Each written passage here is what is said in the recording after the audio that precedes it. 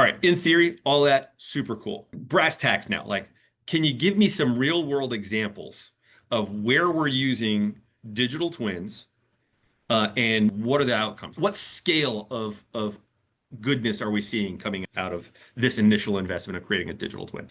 Yeah, so there's a couple. So one where we're working with the U.S. Navy is we actually have instantiated their entire training network inside of a digital twin. And we're looking at that network from an obsolescence management perspective. So we can generate that network from an HBOM or SBOM and then use that to create an understanding of which of those elements are going to be out of sale, out of warranty, out of support over the window of time that we're looking at. So that allows procurers to basically highlight and prioritize these are the elements in my system that I need to replace because they're going to be out of sale, out of warranty soon. At the same time, because we have this digital representation, we can analyze those for actual vulnerabilities that have been exploited in the real world. And so we say, yeah, because these things might be cheaper, but this other router switch, for example, may need a firmware update. And that is actually the real area of concern from a cyber perspective of how this is actually impacting your production environment. So that digital twin construct is benefiting not just the prioritization of recapping, physical hardware and software elements, but also tying it directly to where the adversaries and threats are that affect that system.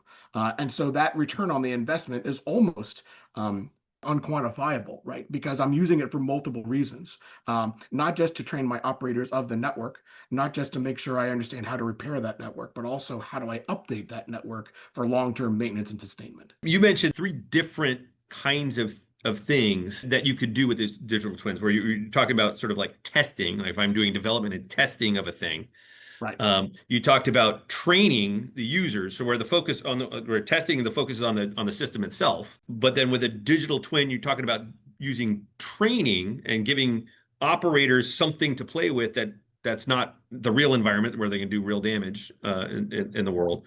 And then it seems like the other piece that would go with there is sort of exercises where you could sort of pull the humans and the technology together and say, hey, is all of this fit for purpose before we ever bend steel, or so we don't accidentally, blow up something that we don't want to blow up.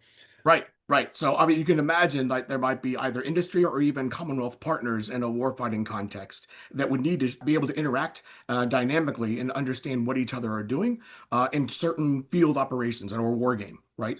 And so having this digital environment allows both of those parties to come together in a unified way so that they can both understand, right, the maneuvers of the physical assets. They can understand the communications they're going to be using across that spectrum and deconflict before all these assets go to the field to make sure that none of these are going to interfere with one another or create bottlenecks or latencies because of all the platforms and assets we're bringing to the exercise.